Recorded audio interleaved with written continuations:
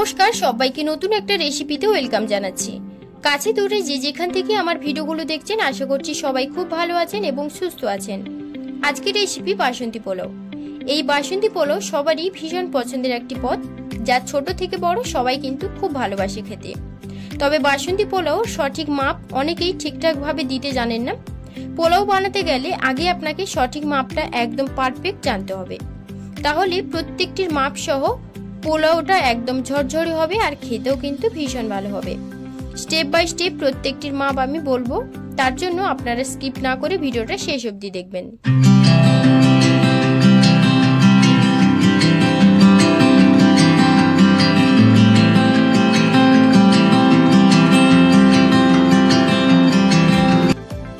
বাসন্তী পোলাওর জন্য প্রথমে একটা পাত্র নিয়ে নিলাম। তারপর এখানে দেখুন, এখানে মেজারিং কাপে 2 কাপ আমি নিয়ে নেব গোবিন্দভোগ চাল। এর ওজনে আছে 200 গ্রাম। আচ্ছা, এখানে একটা ছোট্ট টিপস, গোবিন্দভোগ পুরনো কিনা সেটা কিভাবে বুঝবেন? দেখবেন চাল 2 ধরনের হয়, একটা লালচে আর একটা একদম সাদা। লালচে ধরনের যে চালটা ওটা কিন্তু একদম পুরনো চাল। এবার চালটা ধোয়ার জন্য কিছুটা জল দিয়ে চালটাকে আলতো হাতে, মানে চালের ওপর প্রেস না করে চালটাকে একবার ধুয়ে নেব। বারবার চালটাকে ধুলে চালের যেই স্মেলটা থাকে না সেটা কিন্তু চলে যায়, তাই চেষ্টা করবেন একবারের জন্য চালটাকে ধুয়ে নেওয়ার। তো দেখুন চালটা ধুয়ে নিয়েছি।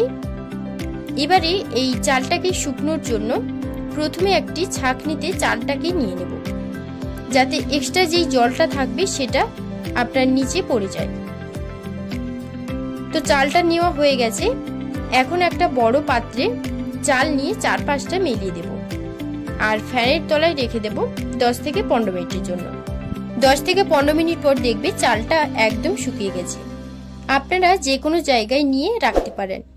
এরপর ঢাকা দিয়ে 10 থেকে 15 মিনিটের জন্য আমি রেখে দেব, যাতে চালটা ভালোভাবে শুকিয়ে যায়।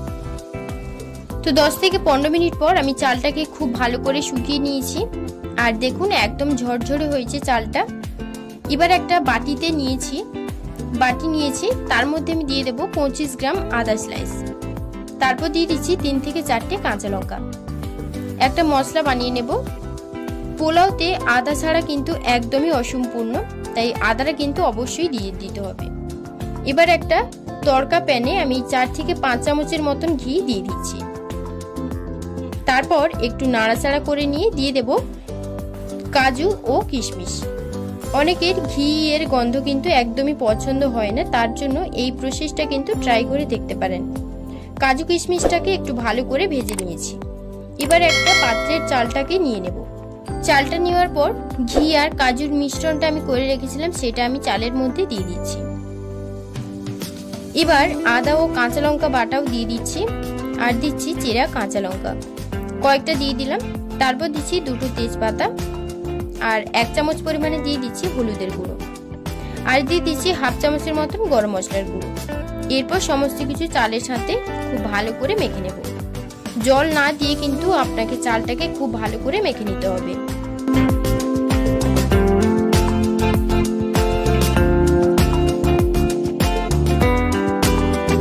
চালটা মাখার পর 1 ঘন্টার জন্য আমি ঢাকা দিয়ে রেখে দেব। আপনারা 30 মিনিটের জন্য চাইলে রাখতে পারেন যদি হাতে টাইম না থাকে। এবার একটা কড়াইতে 25 গ্রামের মতন তেল দিয়ে দিয়েছি। আপনারা ঘি দিয়েও কিন্তু করতে পারেন। এরপর দিয়ে দিচ্ছি 7 থেকে 8টা এলাচ, 2 থেকে 3টি লবঙ্গ আর 2টো দারচিনি আর দিয়ে দিচ্ছি 2টো তেজপাতা। এবার ফোড়নটাকে একটু ভালো করে ভেজে নিয়ে সুন্দর একটা স্মেল বের হলে আমি চালটাকে দিয়ে দেব। এই সময় চালটা দেওয়ার পর আমি ফ্লেমটাকে একদম লোতে রেখে চালটাকে ভেজে নিতে হবে। তো চালটাকে দিয়ে দিলাম। এবার চালটা দেওয়ার পর আমি 6 থেকে 7 মিনিটের মতন আমি চালটাকে খুব ভালো করে ভেজে নেব। ফ্লেমটাকে এই সময় কিন্তু একদমই লোতে রাখতে হবে আর চালটাকে ভালো করে ভেজে নিতে হবে।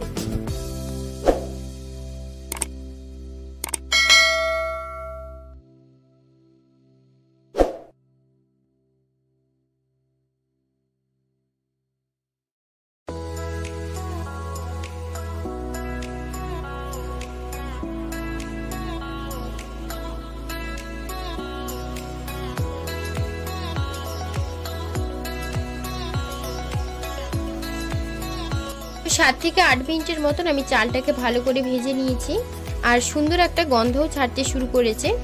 এখন আমি চালের মধ্যে পরিমাণ মতন জল দিয়ে দিচ্ছি। জল কিন্তু অতি অবশ্যই মাপটা বুঝে দিতে হবে। আমি 2 কাপ চাল নিয়েছি, সেক্ষেত্রে আমি এখানে 6 কাপ জল দিয়ে দেব।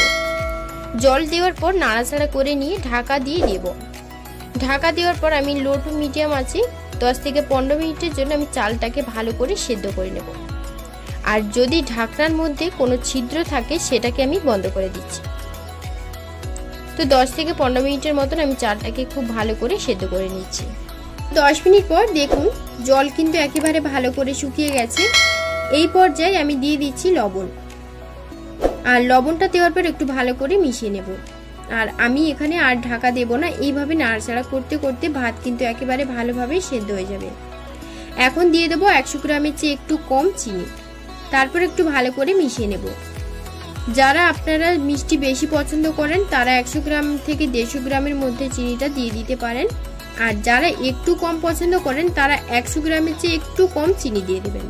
আর দেখুন ভাত কিন্তু এখনো একটু জল জল ভাব আছে, তবে ঠান্ডা হলে কিন্তু একদম পোলাওটা ঝরঝরে হয়ে যাবে। যে কোনো অনুষ্ঠানে দেখবেন এই পোলাও আগের দিন রাত্রে বানিয়ে রেখে দেওয়া হতো যাতে ভাত একদম ঝরঝরে থাকে। তো দেখুন 5 থেকে 7 মিনিট পর ভাত অনেকটাই ঝরঝরে হয়ে গেছে। এই পর্যায়ে আমি গ্যাসের ফ্লেমটাকে অফ করে দিয়ে নামিয়ে নেব। এখন একটা নামিয়ে নিয়ে একটা সার্ভিং প্লেটে সার্ভ করে আপনাদের দেখাচ্ছি। কাউকে সার্ভ করতে চাইলে একটা বাটির মধ্যে চেপে চেপে ভাত বসিয়ে প্লেটে সার্ভ করে দিতে পারেন। এরকম বাসন্তী পোলাওর সাথে তবে যদি থাকে চিকেন কষা তাহলে তো আর কোনো কথাই নেই। আশা করছি আজকের পর্বের রেসিপি আপনাদের খুব ভালো লেগেছে। আজকের রেসিপি আপনাদের ভালো লাগলে অবশ্যই একটা লাইক ও শেয়ার করে দেবেন এবং রেসিপি ভালো লাগলে বাড়িতে অবশ্যই ট্রাই করার জন্য অনুরোধ রইল। আর বাড়িতে বানালে অবশ্যই আমাকে কমেন্টে জানাবেন যে খেয়ে আপনাদের কেমন লাগলো। আজকের পর্বে আপনাদের অবশ্যই যদি ভালো লেগে থাকে তাহলে আমার চ্যানেলটিকে অবশ্যই সাবস্ক্রাইব করে রাখবেন। আজকের মতো ভিডিওটা এই পর্যন্ত। আবার আসবো আপনাদের পছন্দের কোনো রেসিপি নিয়ে। ততক্ষণ আপনারা সবাই খুব ভালো থাকবেন এবং সুস্থ থাকবেন।